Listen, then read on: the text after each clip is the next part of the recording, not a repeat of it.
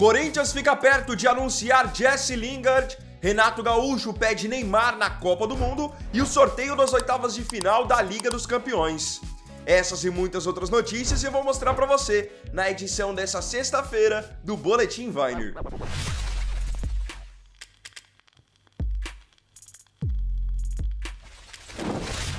Messi é derrubado em invasão.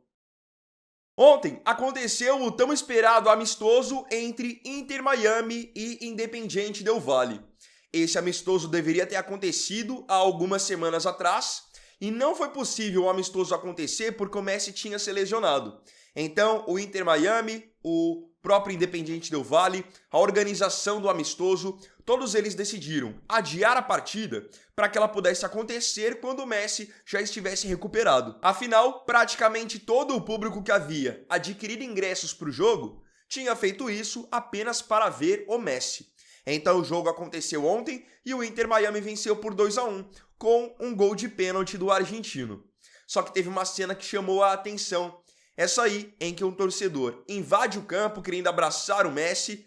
Afinal, é realmente um momento especial para muitos fãs poder vê-lo de perto, só que esse fã quis abraçar, acabou invadindo o gramado.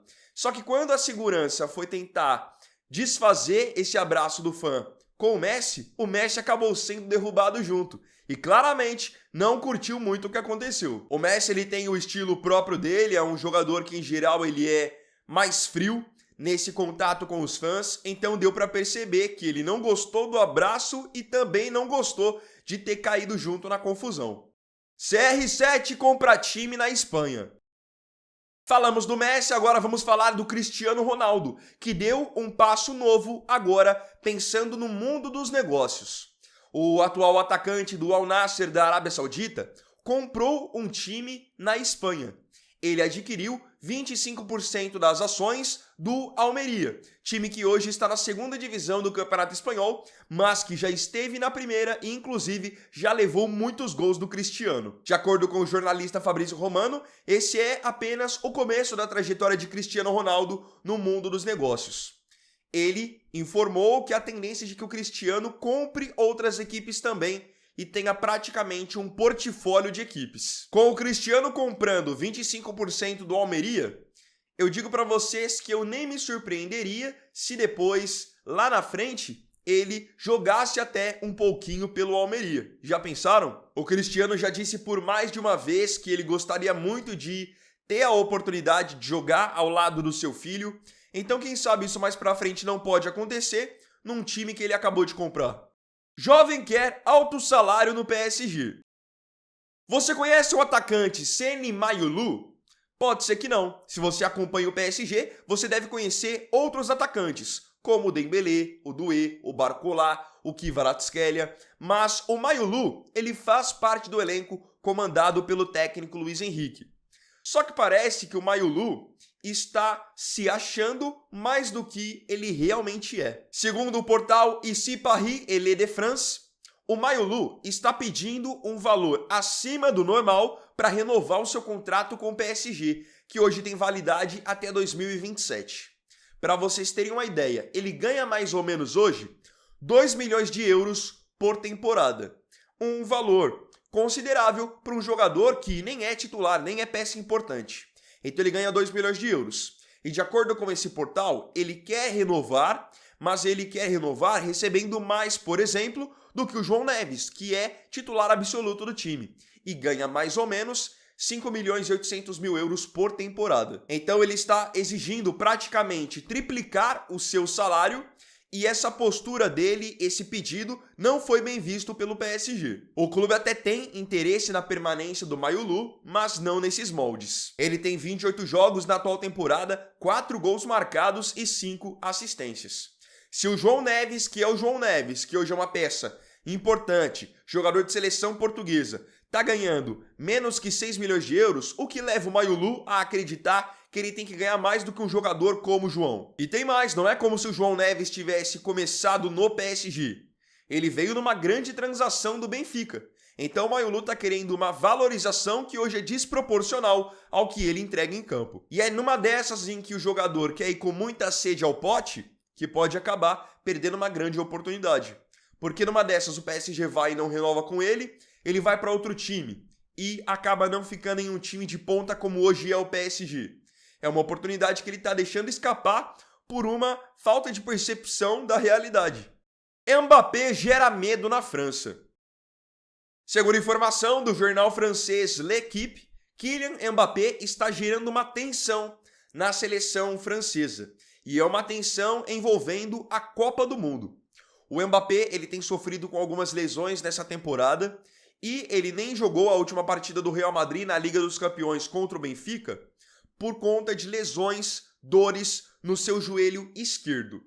O L'Équipe já tinha informado que o Mbappé tem jogado praticamente com uma perna só nas últimas 6 semanas, tem jogado no sacrifício mesmo, só que agora as dores estão insuportáveis e ele foi meio que obrigado a parar.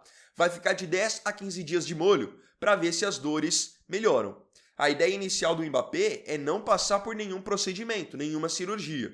E isso começa a preocupar a seleção francesa pensando na Copa, porque com as dores do Mbappé, eles começam a ter o receio de que o seu principal jogador, o seu capitão, possa chegar no Mundial dos Estados Unidos sem estar 100%. E a gente sabe a diferença que o Mbappé pode fazer na seleção francesa estando 100%.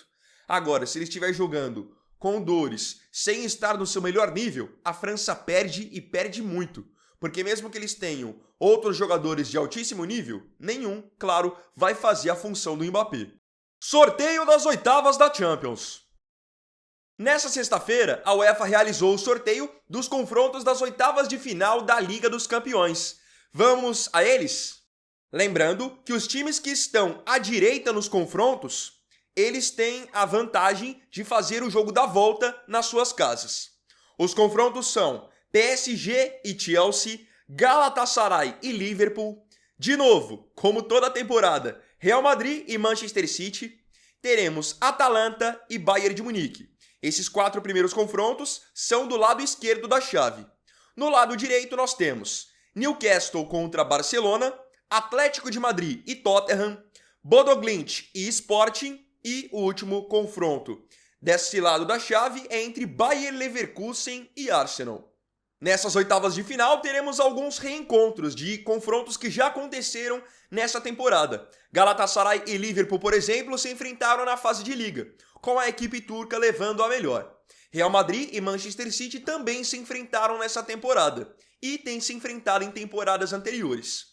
Outro confronto que volta a acontecer e já havia acontecido na fase de liga é entre Newcastle e Barcelona. Vamos agora falar das datas desses jogos. Os confrontos de ida acontecerão entre os dias 10 e 11 de março.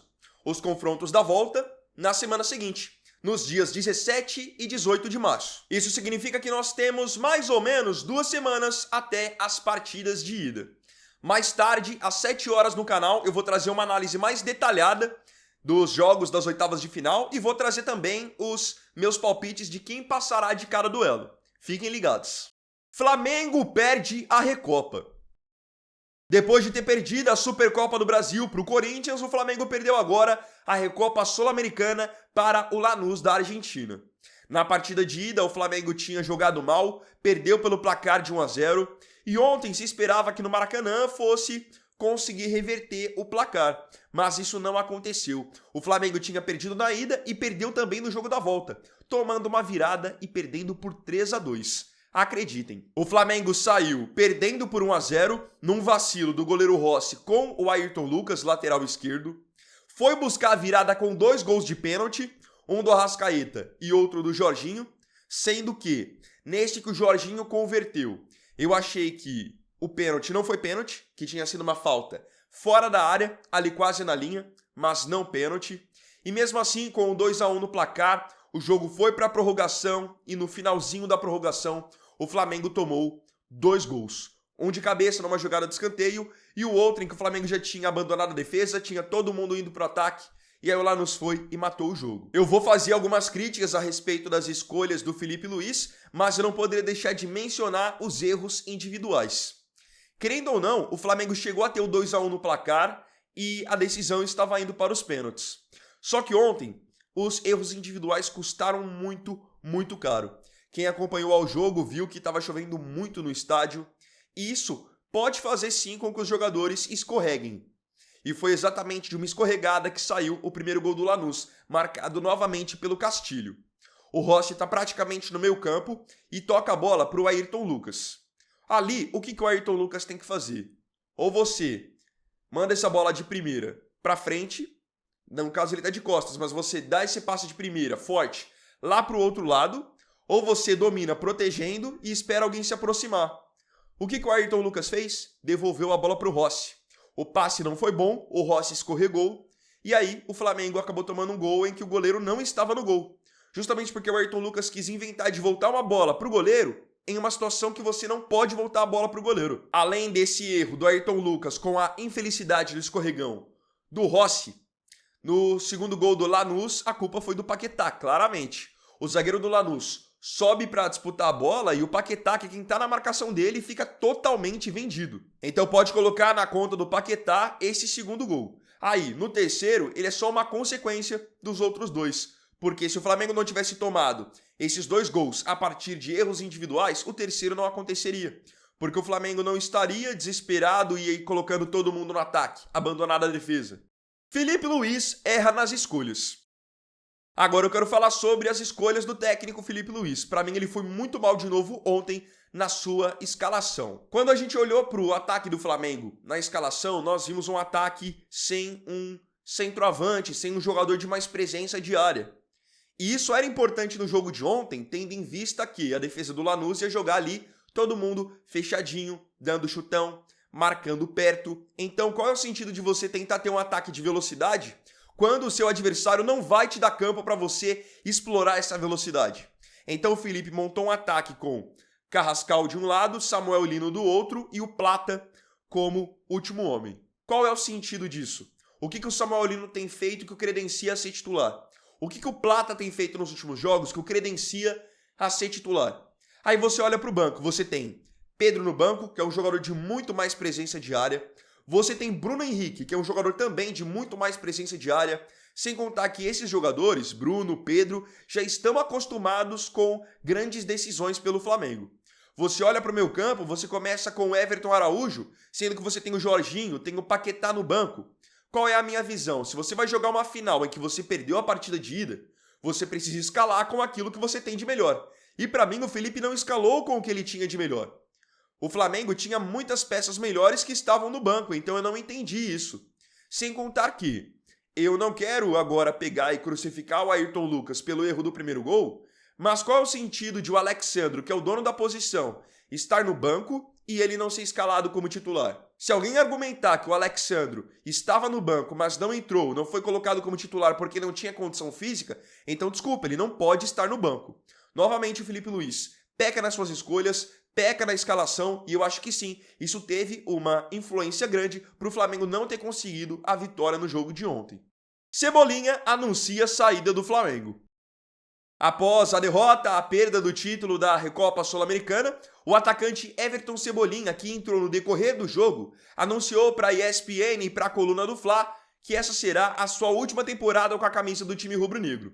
Ele já havia deixado claro, depois da final da Libertadores do ano passado, que provavelmente não continuaria no Flamengo para a temporada de 2026, e mesmo assim ele permaneceu. Só que agora ele está no seu último ano de contrato e deixou bem claro que não foi procurado para uma renovação. Ele disse o seguinte: não houve nenhuma conversa por renovação no momento. Não fui procurado, mas creio que posso afirmar que seja a minha última temporada com a camisa do Flamengo.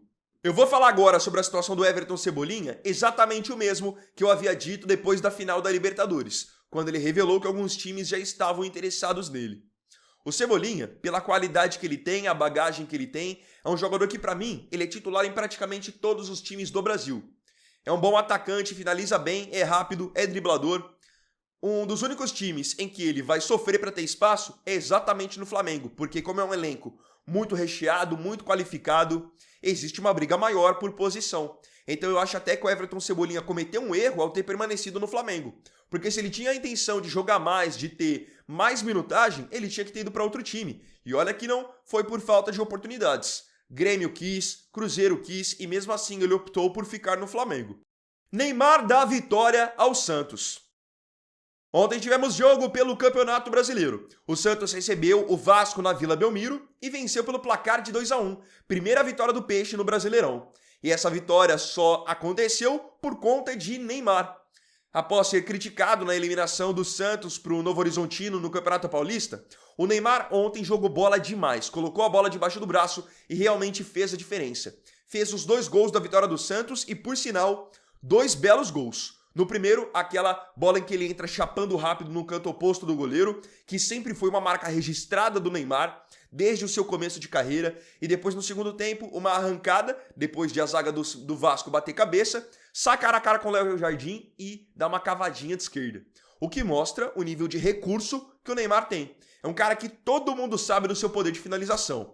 Ele perto do gol é um cara sempre perigoso, seja para finalizar de direita, de esquerda. A tomada de decisão do Neymar também é algo muito acima da média. E ontem eu achei que o Santos realmente mereceu vencer o jogo.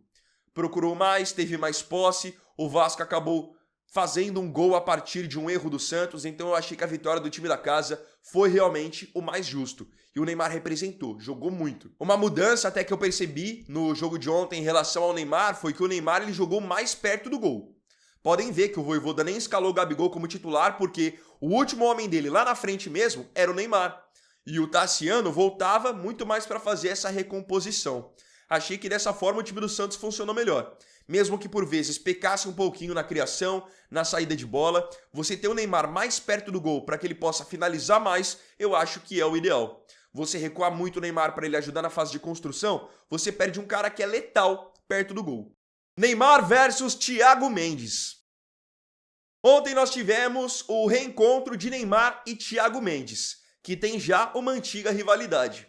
Para quem não se lembra, o Neymar, quando ainda jogava no PSG, teve uma lesão grave no tornozelo. E quem havia sido responsável por essa lesão foi o Thiago Mendes, quando o Thiago Mendes ainda jogava no Lyon. Essa lesão no tornozelo foi muito chata para o Neymar, demorou um bom tempo para se recuperar e precisou, se não me engano, até passar por cirurgia. Eles se reencontraram ontem no jogo entre Santos e Vasco e voltaram a se estranhar. Tudo começou na comemoração do primeiro gol do Neymar, em que ele comemorou perto da bandeirinha de escanteio e mandando a torcida do Vasco ficar quieta. O Thiago Mendes foi cobrar o Neymar a respeito disso e eles começaram ali a se estranhar em campo. O Neymar quis simular que o Thiago Mendes tinha dado uma cabeçada nele e o juiz aplicou cartão amarelo para os dois. Quando chegou no intervalo, o Neymar revelou que o Thiago Mendes havia prometido que iria quebrá-lo de novo. Olhem só o que o Neymar disse. É um babaca. Já me quebrou uma vez no PSG e me prometeu hoje. Vamos ver se ele é homem o suficiente para me quebrar de novo. No segundo tempo, houve uma tentativa do Neymar de cavar uma expulsão do Thiago Mendes. Em um lance em que o Thiago Mendes está arrancando em velocidade pela lateral, o Neymar vai ali tentar fazer uma sombra e tenta passar a impressão de que o Thiago Mendes tinha dado uma cotovelada, coisa que não aconteceu. E depois eles não tiveram muitos outros embates no segundo tempo e a história ficou por isso mesmo. Renato Gaúcho pede Neymar na Copa. O Renato Gaúcho, treinador que nesse momento está sem clube, concedeu uma entrevista para o Romário na Romário TV. Em determinado momento da entrevista, o Romário perguntou ao Renato se ele levaria o Neymar para a Copa do Mundo, se ele achava que o Brasil tinha chances de ser campeão. E olhem só o que o Renato disse, sendo favorável à ida do Neymar à Copa, mesmo se ele não estiver 100%. O Brasil tem condições sim de ser campeão, com o Neymar. No momento em que você tem um craque acima da média, como é o Neymar, ele pode não estar 100% como os demais jogadores. Mas você tendo a capacidade de um jogador como o Neymar, leva ele para 20, 30 minutos. Eu levaria ele. Levaria cegamente para a Copa do Mundo. No seu discurso, o Renato quis defender que você tendo o Neymar no grupo e colocando ele para jogar 20, 30 minutos do fim do jogo, você poderia pegar os adversários cansados e aí a qualidade técnica do Neymar iria sobressair. Eu achei bastante interessante essa visão do Renato. Eu também sou favorável à ida do Neymar à Copa do Mundo, claro, como ele estando bem fisicamente, e acho que esse cenário que o Renato colocou em pauta é um cenário em que realmente eu consigo enxergar o Neymar ajudando a seleção. Ele pegando adversários mais cansados, adversários já amarelados. Ele é um cara que você dando a bola no pé dele, ele vai fazer o jogo acontecer. E ainda mais na seleção em que nós temos muitos atacantes, principalmente, muito qualificados, ele vai colocar esses caras na cara do gol. Lingard fica perto do Corinthians. O Corinthians pode anunciar a qualquer momento a contratação de um ex-jogador do Manchester United e da seleção inglesa. Estou falando do meia Jesse Lingard, de 33 anos, que nesse momento está livre no mercado. Segundo informação do jornalista André Hernan, o Corinthians está avançando para contratar o Lingard. Ele vai vir sem custos porque ele estava sem clube desde que deixou o Seul, da Coreia do Sul, e ele é uma tentativa do Corinthians de aumentar a sua experiência internacional dentro do elenco. Ainda mais em um ano em que o Corinthians disputará a Libertadores. Lembrando que nas últimas semanas existiu até a possibilidade de o Lingard ser contratado pelo Remo.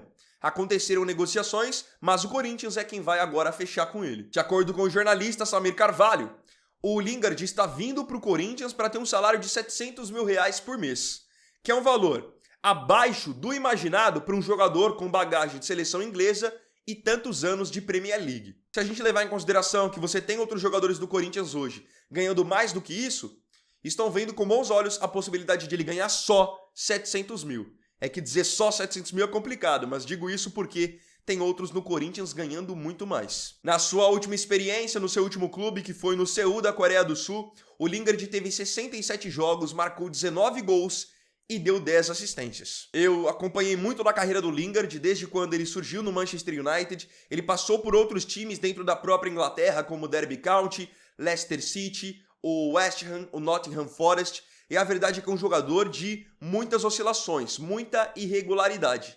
Tanto que, em muitos momentos no Manchester United, ele foi muito criticado. O que me preocupa é o Corinthians estar contratando o Lingard pelo nome, pela grife, e não pelo que ele pode entregar dentro de campo. Porque é um jogador que você pega os últimos anos da carreira dele, são muitas oscilações. Ele mesmo já tinha confessado até que vinha passando por dramas da vida pessoal e que isso estava o afetando dentro de campo, ao ponto até de ele ter que recorrer com frequência ao uso do álcool. Agora eu queria saber de você, aqui nos comentários, a sua opinião sobre as notícias dessa edição do Boletim Weiner. Não se esqueça de comentar.